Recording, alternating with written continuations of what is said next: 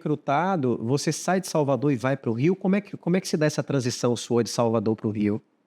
Essa história é engraçada. Cara, isso Essa aí, tô essa história curioso para saber isso essa aí, história é cara. engraçada, porque assim, ah, o Flávio morava no Rio de Janeiro, Aham. então ele era líder da unidade que ele trabalhava diretamente, e nas outras ele era líder do líder, ou seja, era o diretor do gerente que trabalhava lá. Mas na dele, ele atuava no papel, de gerente. Ele que dava reunião todo dia, ele que fazia treinamento, ele que tocava a operação diariamente do time comercial. E eu tinha me conectado muito com a figura dele, muito com a figura dele.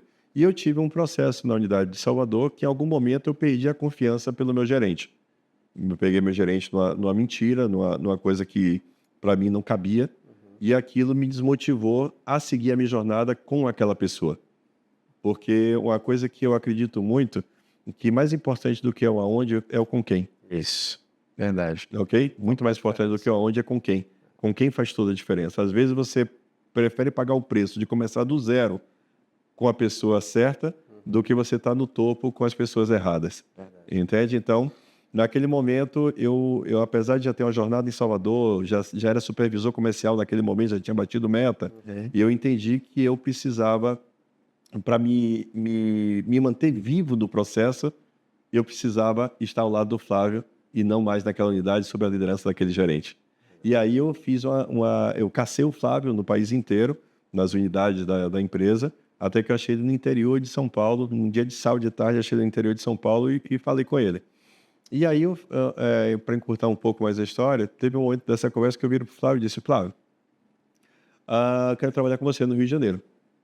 E ele ali me comunicou um fato que eu desconhecia, que na empresa tinha uma regra que eles só transferiam gerentes. Eu era supervisor. E aí eu falei pro Flávio: "Pô, mas eu quero trabalhar contigo, Flávio, no Rio, tal, não sei o quê". E aí ele: "Não, André, porque a gente só transfere gerente". E eu fiquei insistindo.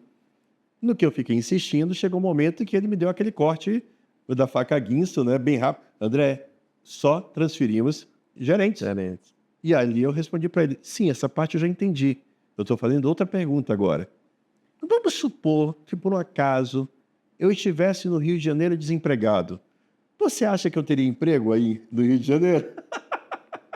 Foi esperto. Entendeu? Aí ele: "Você tá falando sério?" Eu disse: "Eu não tô". Ele: "Se você estivesse aqui no Rio de Janeiro, teria espaço para você aqui no Rio de Janeiro". Ele disse: "Então eu estou pedindo demissão".